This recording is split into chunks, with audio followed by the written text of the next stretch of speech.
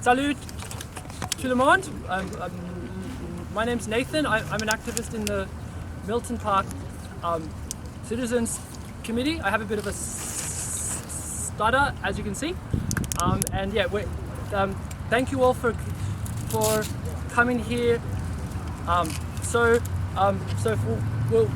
we'll first give a chance to speak to the kahnistensera.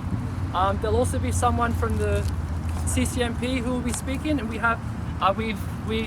printed out our statement in English here. If you'd like to take, well, we have several copies, and here in French. You're more than welcome to take that, or if you'd like, you can just put your hand up and I'll come and give it to you. And then after that, we'll also hear from the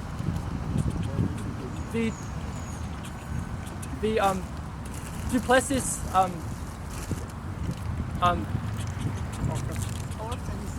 yeah. Thank you, orphans.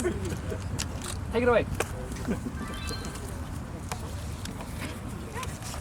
Okay, I'm Jeanne-Mance. Can everybody hear? We presently don't have a microphone. It's on its way.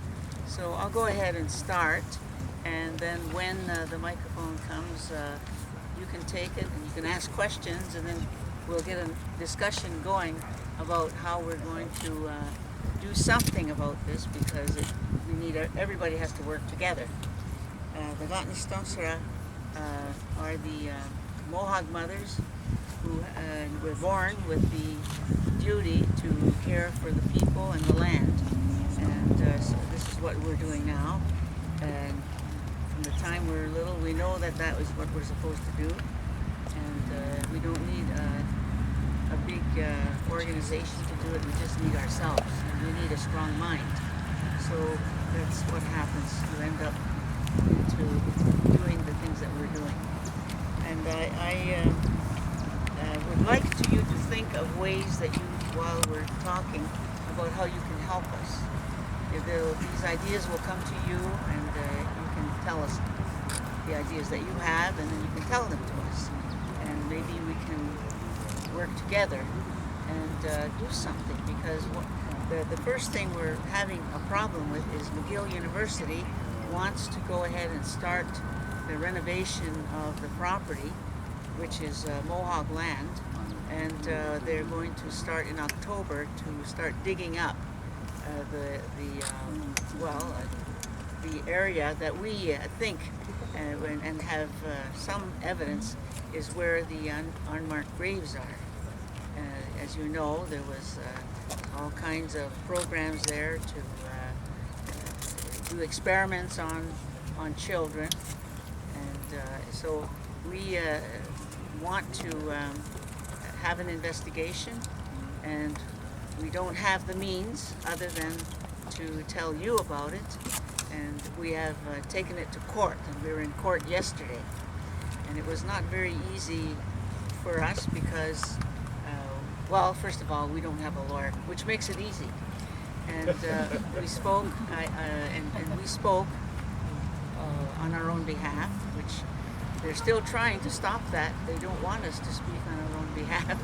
So they've come up with all kinds of reasons for it. But one of them, they say, oh, it's going to take a long time. It's too long. You know, we want to get this renovation of Montreal done. Well, we are not going to take a lawyer, because if we take a lawyer, then we're giving up our right to be kanien'kehà, which is part of the Great Peace. We cannot give up our birthright. We have to maintain it.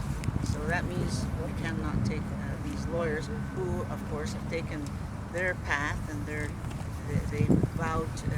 take a vow to the Queen and to the Crown, and of course we know what they're going to do to us, and they're the ones that carried out one of the biggest Holocaust in all humanity, which is the killing of the original people, not just in Canada, but throughout North and South America and the Western Hemisphere. And so we go by the we take the kanien'kehà, which is the Great Peace, and we interpret it so that we can carry out the work of creation. We are part of creation. We've been placed here by creation. This is our land. This is where we belong. And now we have had so many problems throughout, and now we're actually a very small portion of the population that we once were throughout the Americas. So now we're still trying to survive. We're still working on it. We have to. Every day we wake up and we always think about what do we do today to survive. That is the way that we think. That's the way we feel. It's because of the kind of programs that were developed in order to completely annihilate us. Because the only way that these people that came over here can have this land is if there are none of us left.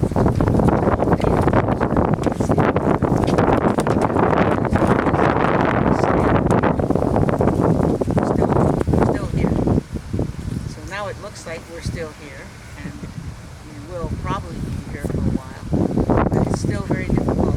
And the law was passed in 1924, and the law put us into reservations, and that was set up by the military.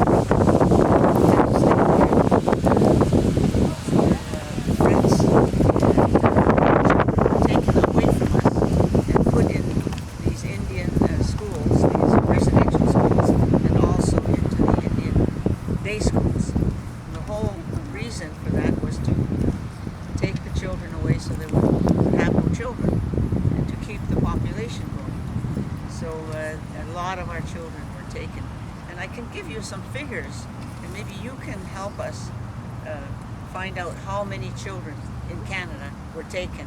You have 158 schools, residential schools, and each of those schools had hundreds. Some were bigger than others, some were, maybe a couple of hundred, and some were like maybe even 1,000 or 1,200 children. So you have 158 these schools, and the children were kidnapped by the RCMP and put into these schools, and the parents and the communities were threatened that if they didn't hand those children over, that they could be put in jail. And anyway, there were a lot of threats. So now you have 158 schools and in Canada. There are a lot more in the United States. And then when you think about it, how many are in each school? And every year there's 200 more brought in, and so 200 go out. We don't know what happened to them. We never did know. But many of our children from Kahnawake were sent to these schools. And we lost them. We never saw them. Some came back.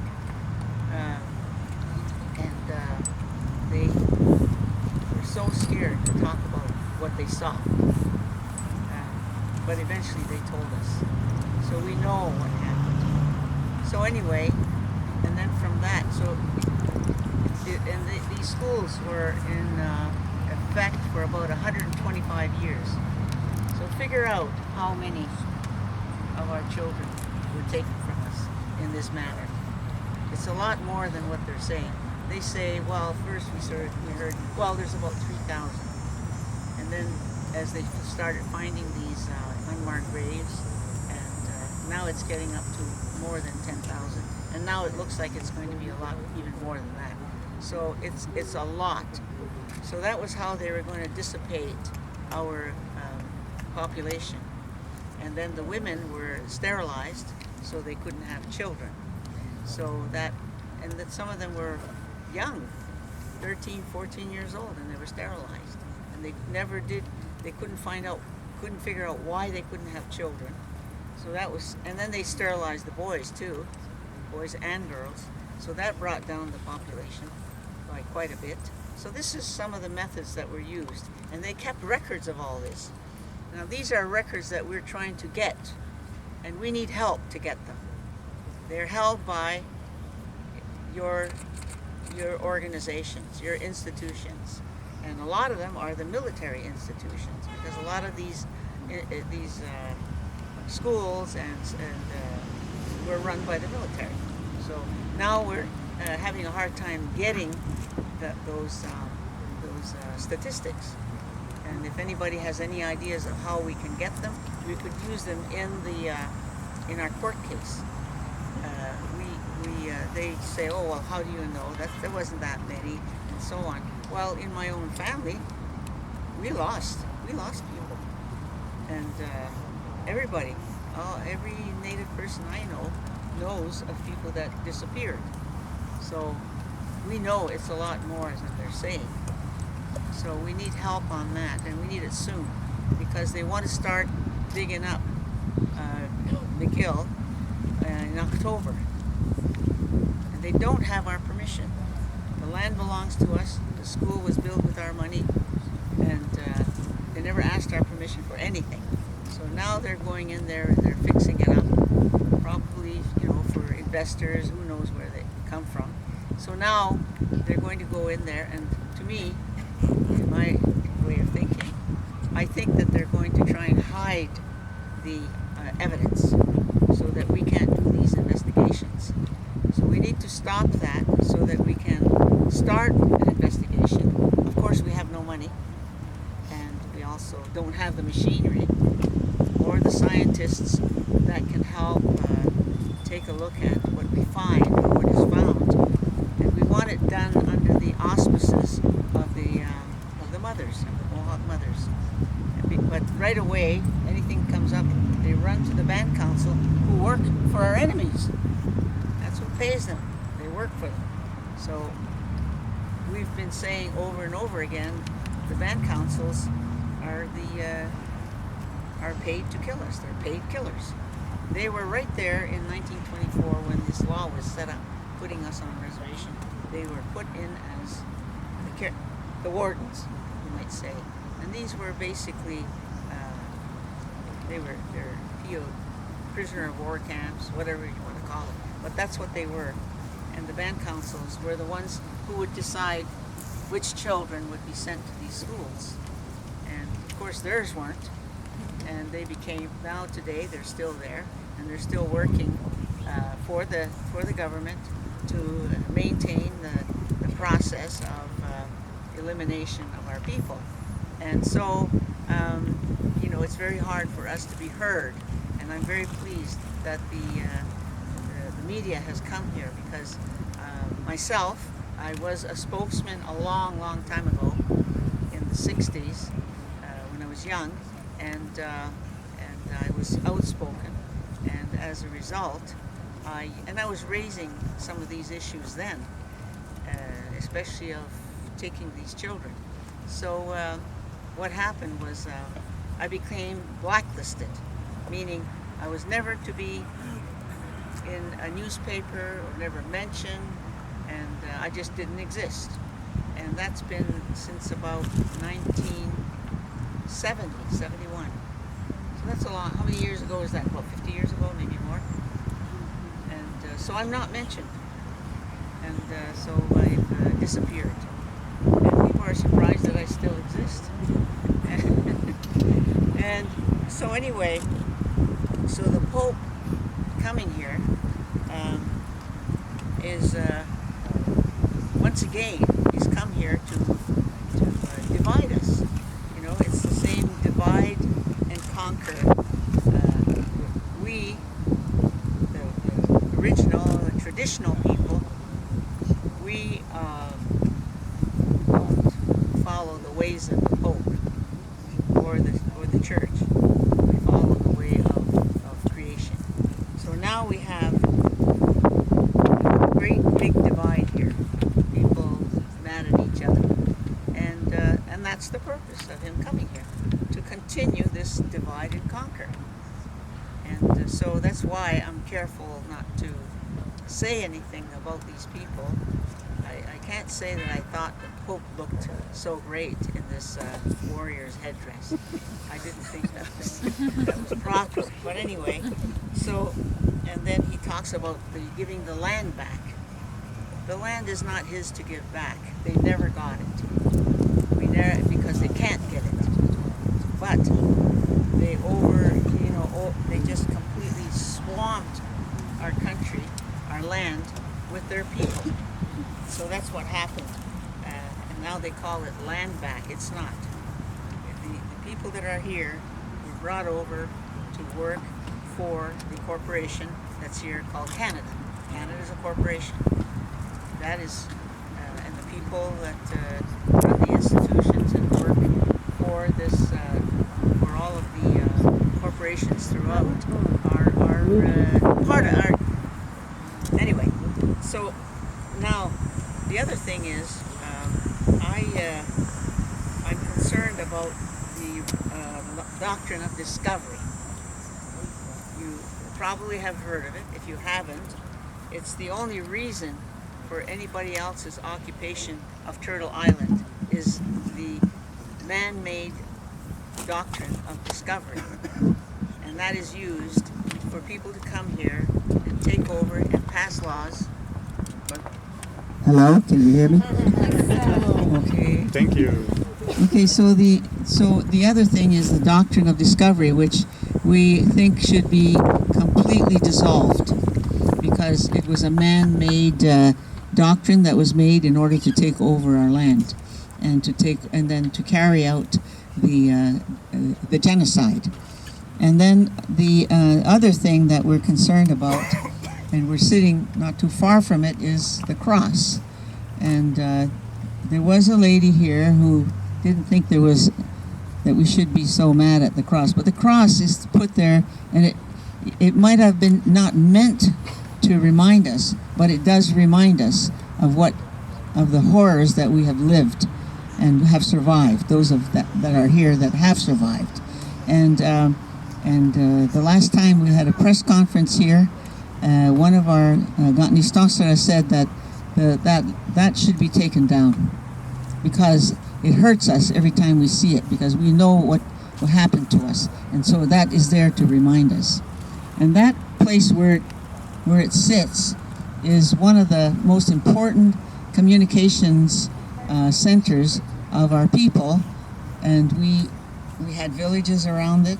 One was Deganundak, but the cross, that's where the cross is, was where we would send messages by smoke signal, and we had we could send these to Mount Bruno and to all of Adirondack and all the way through.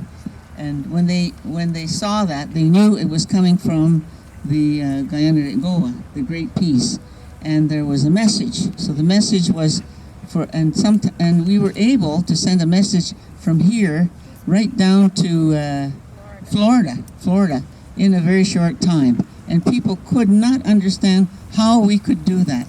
But that is a very important center for us, and we want it back.